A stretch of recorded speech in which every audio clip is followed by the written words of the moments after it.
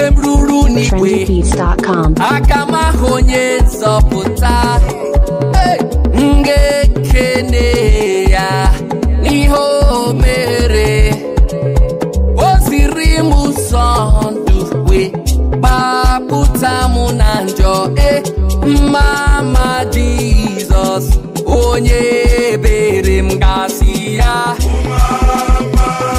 Jesi ya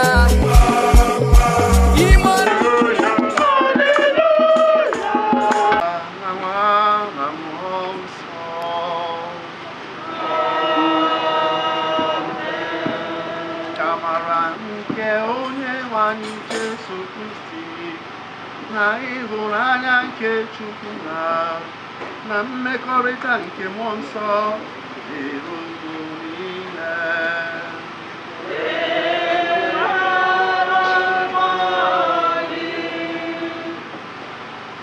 Otito dịrị Jesu Kristi.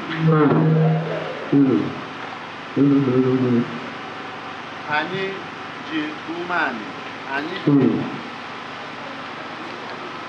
okwukwe nke anyị ji bụrụ mmadụ bịa welu obi mwute wee gbakọọ n'ihu Chineke ka anyị welu aja n'isa dị asọ wee elekasị ekpele welu mmalite mmemme akwamozu mama anyị, nwunye anyị, ofu onye n'ime anyị, Madam Patricia Obi Odinukwe, onye nke ọ masịrị Chineke ịkọrọ n'etiti anyị.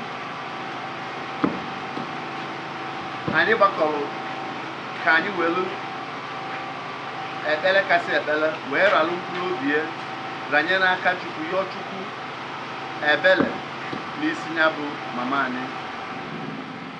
Anyị gbakọkwazịrị ka anyị welu ezinụlọ ya, di ya, ụmụ ya, ndị izizi ọnwụ ya metụtara, na anyị ncha ụmụnne ya, na anyị ncha niile bụ ndị otu Kristi, ka anyị welu ekpere anyị wee yọọ Chukwu maka onyinye nke nkasi obi, ka Chukwu kasie ọkasị di ya na ụmụ ya obi, ma afọ ume. Ọnwụ bụ ife mwute mana ọ bụghị ife mbibi, maka na ọnwụ abụghị njedebe nke ndụ.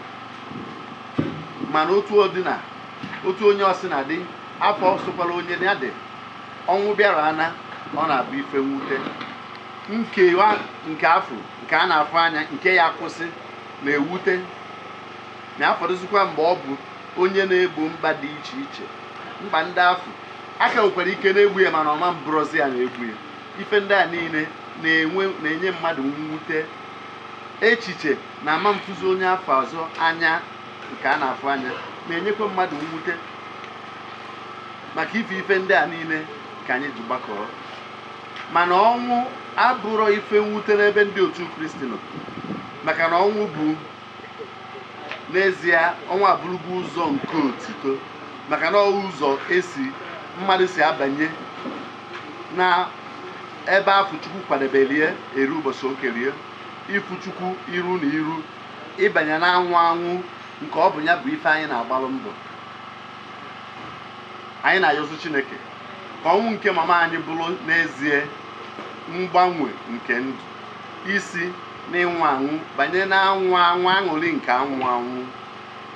Ayọkwazi Chukwu ka o nyere anyị ncha niile gbakọrọ aka, ka mmadụ na-akwa mmadụ ibie ka ọ na-akwa onwe ya, ka anyị welu ụdị echiche dị otu a welu na-akwado ọnwụ nke anyị, ka anyị welu ndụ ịfụnanya, ndụ umeanị, ndụ ịnagide mmadụ ibe anyị, ibi n'udo na ịgbaghara mmadụ ibe anyị, ka anyị welu ụdị ndụ a welu na-akwado onwe anyị, ka ọ ga-abụ ụbọchị Chukwu ga-akpọrọ anyị, onye ọbụla nwere ụbọchị nke ụbọchị ọ ga-elute anyị were afọ ojuju na total resignation, inye were onwe anyị nyefenye Chukwu n'aka.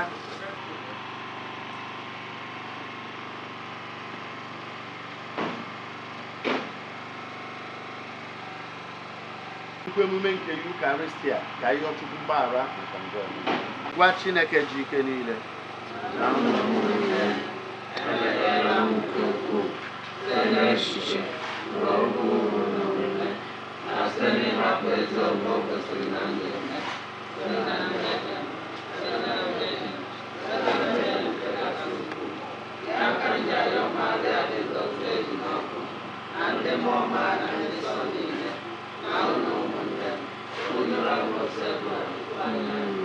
Ka Chineke ji ike niile meelụ anyị ebere, gbaghara anyị njọ anyị ga duru anyị na ndụ ebighị ebi. Onye nwe anyị mee ebere. Kristi mee ebere. Onye nwe anyị mee ebere. Ka anyị rịọ arịrịọ.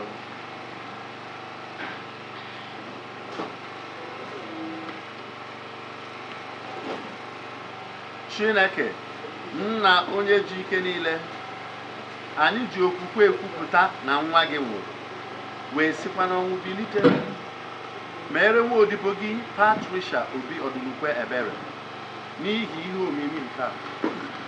Ọ nwụrụ n'ime nwa gị, mekwa ka o si na ya bilie. Anyị yọrọ nke a site na adịnwe anyị Jesu Kristi nwa gị, onye gị na ya na mmụọ nsọ dị ndụ na-achị ofu Chukwu ebighị ebi ebighị ebi. A reading from the book of Wisdom 3:1-9. The souls of the virtuous are in the hands of God. No torment shall ever touch them. In the eyes of the unwise, they did appear to die.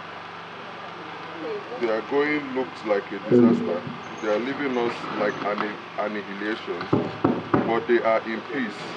If they experience punishment as men see it, their hope was rich with immortality.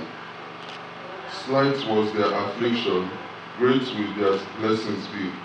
God has put them to test and proved them worthy to be with him.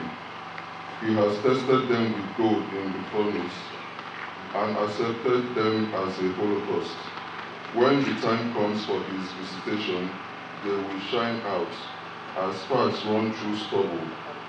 They shall judge nations, rule over people, and the Lord shall be their king forever. Those who trust in him will understand the truth. Those who are faithful will live with him in love, for grace and mercy await those he has chosen. The word of the Lord. Thanks be to God.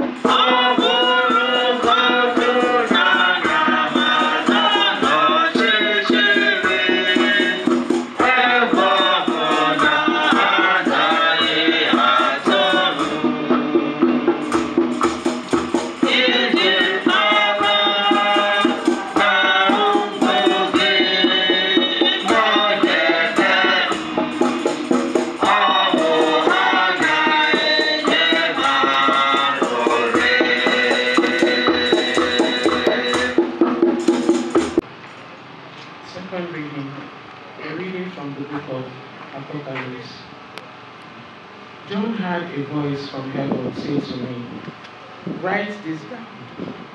Happy are those who die in the Lord. Happy indeed."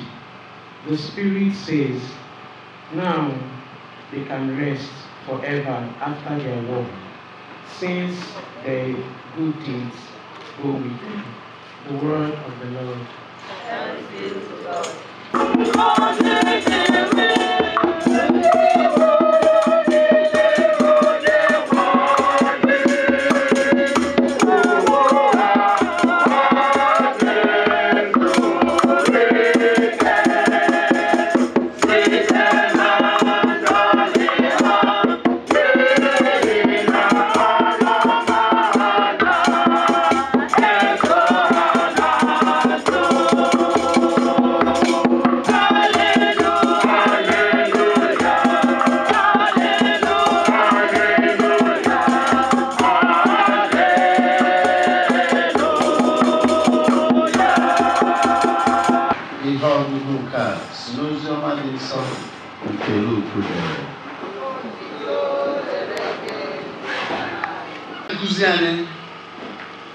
Na Catholic Church,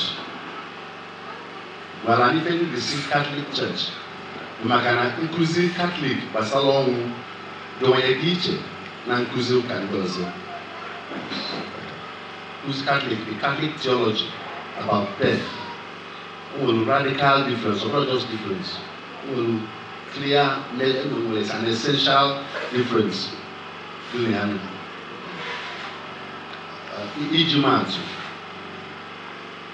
The Anglican faith do not believe that Ndedemdu has any way of helping Onyemulangu to pray for him or to change his situation wherever he is.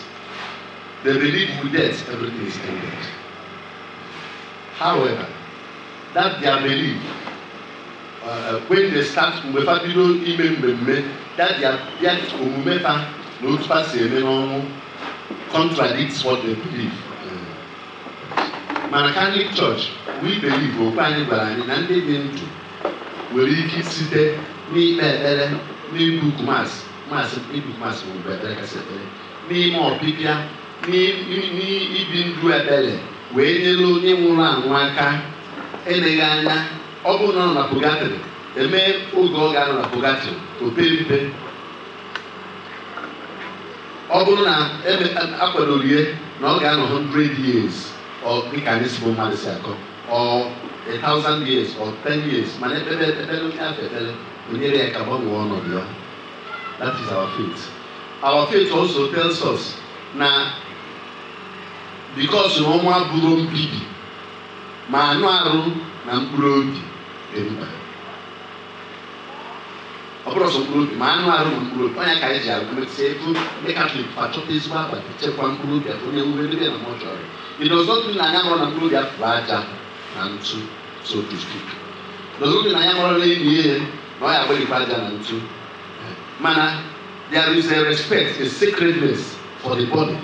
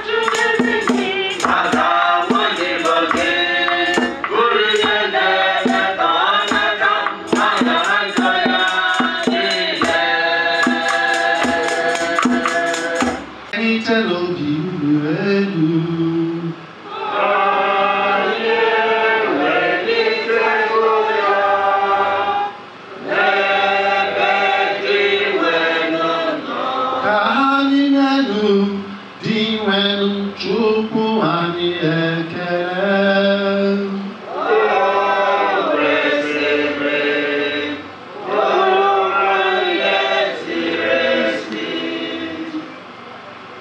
kwesịrị ezie bụrụkwa ihe ziri ezi ọrụ dịrị anyị na nzọpụta anyị, na anyị ga-enye gị ekele oge niile na ebe niile dị nwanne na dị nsọ.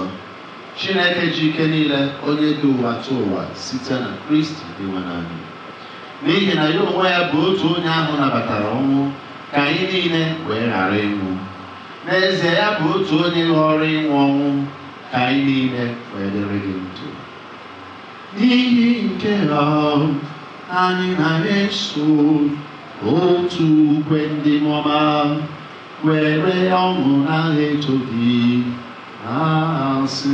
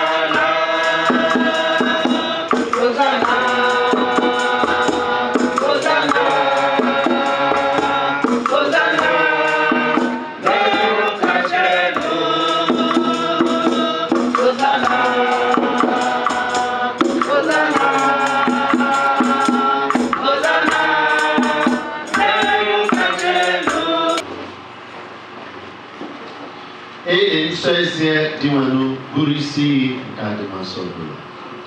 Ya mere anyị na-arịọ ka ile onyinye ndị a nsọ site n'ikwukwasị ha mmụọ gị ka ha ghọrọ anyị ahụ ọbara nke Onyenwe anyị Jesu Kristi, onye mgbe o kwetara ka edunye na-ahụ ọnwụ were achịcha ka ọ na-enye ekele nyawa ya nye ya ụmụazụ ya na-asị, na-aranụ nke a weelu ya unu niile, nke a bụ ahụ m nke a ga-eduru nye maka unu.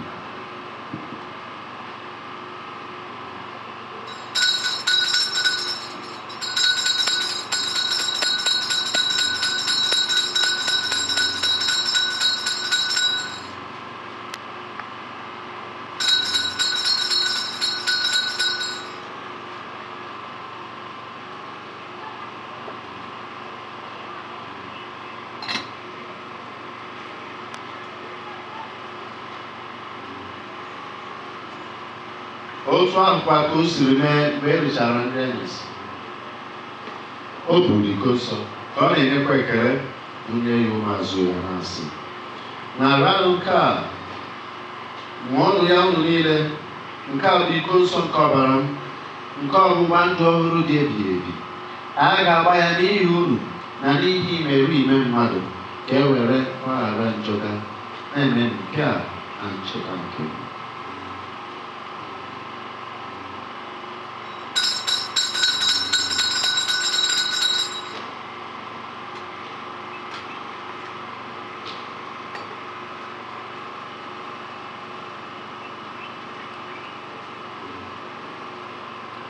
Ihe omimi nke okwukwe anyị na-ekwupụta ọnwụ gị, na-egosi bilite n'ọnwụ gị ka ọ dị nwere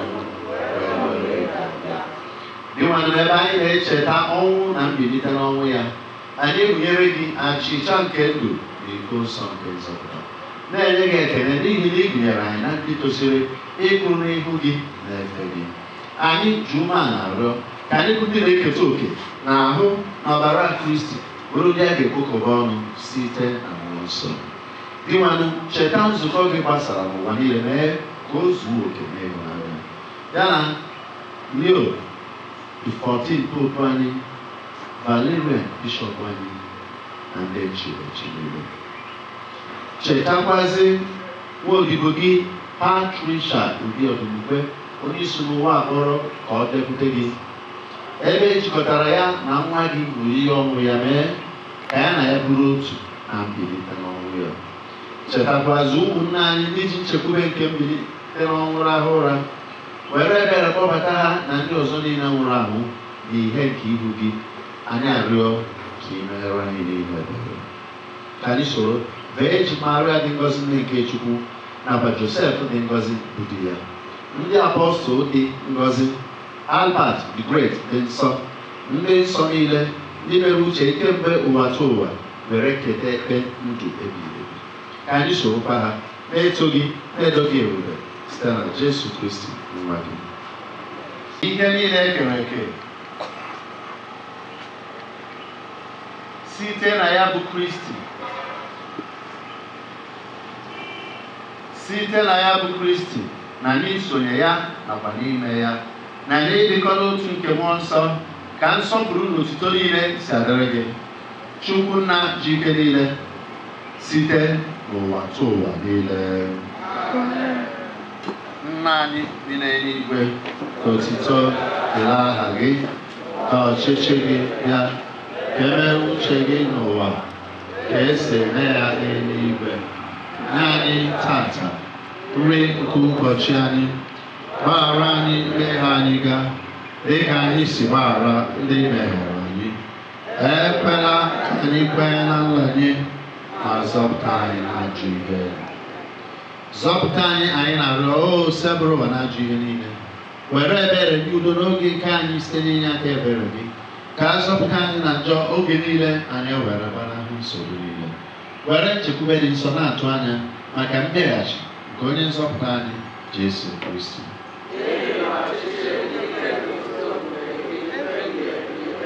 Onye nwe anyị Jesu Kristi, ị gwara ndị apọstụl gị, udo ka m na-ahapụrụ unu, udo nke m ka m na-enye unu. Elekwala anyị na njọ anyị ga, kama lekwasị anya n'okwukwe nke nzukọ gị. Nye ya udo na ịdịkọ n'otu mgbe niile ka uche gị siri chọọ, gị bụ onye dị ndụ na-achị ebighị ebi ebighị ebi. Udo nke sebụ ụwa dịrị unu mgbe niile.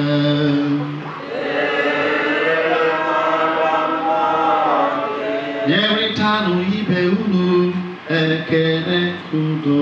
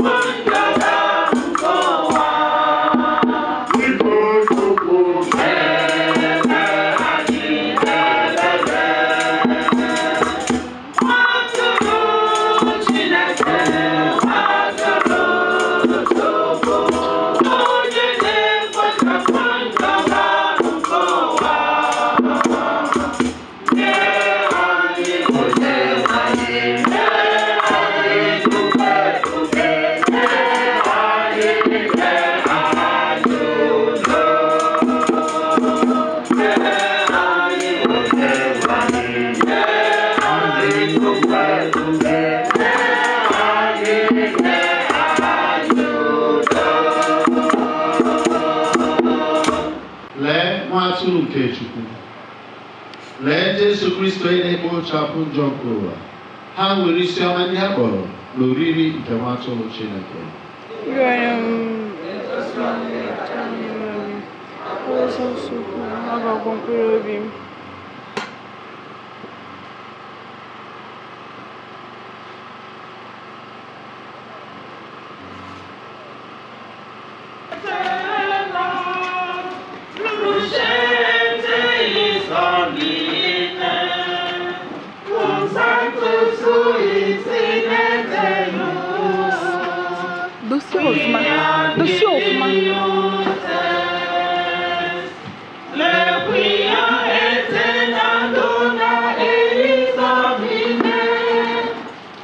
Luz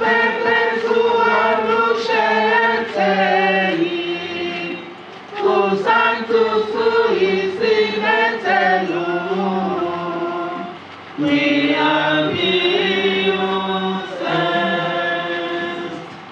Oh, Bumachi Johnny, we were not there for. Bumachi Johnny,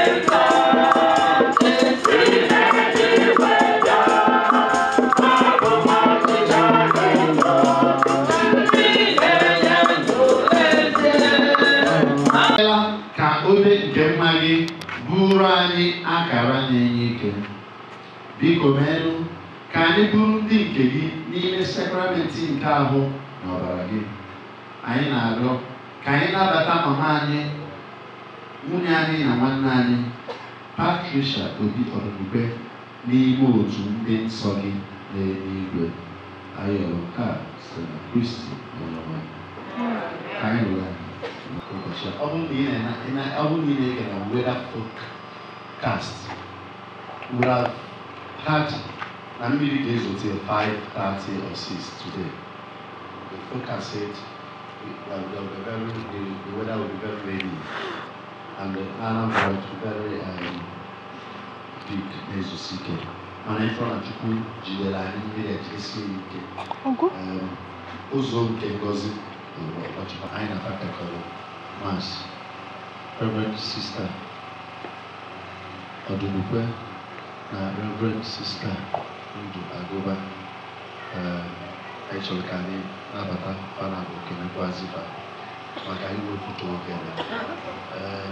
Ndị sista na-abụ enwere ndị nọ Anambra mana fa na-abịa all the time na-abịa mere anyị want to thank them for creating that space. But it's not easy and coming around. God bless you. Camera lady and cameraman, everybody, all of us, man, I can kasi. Echi, annual mass.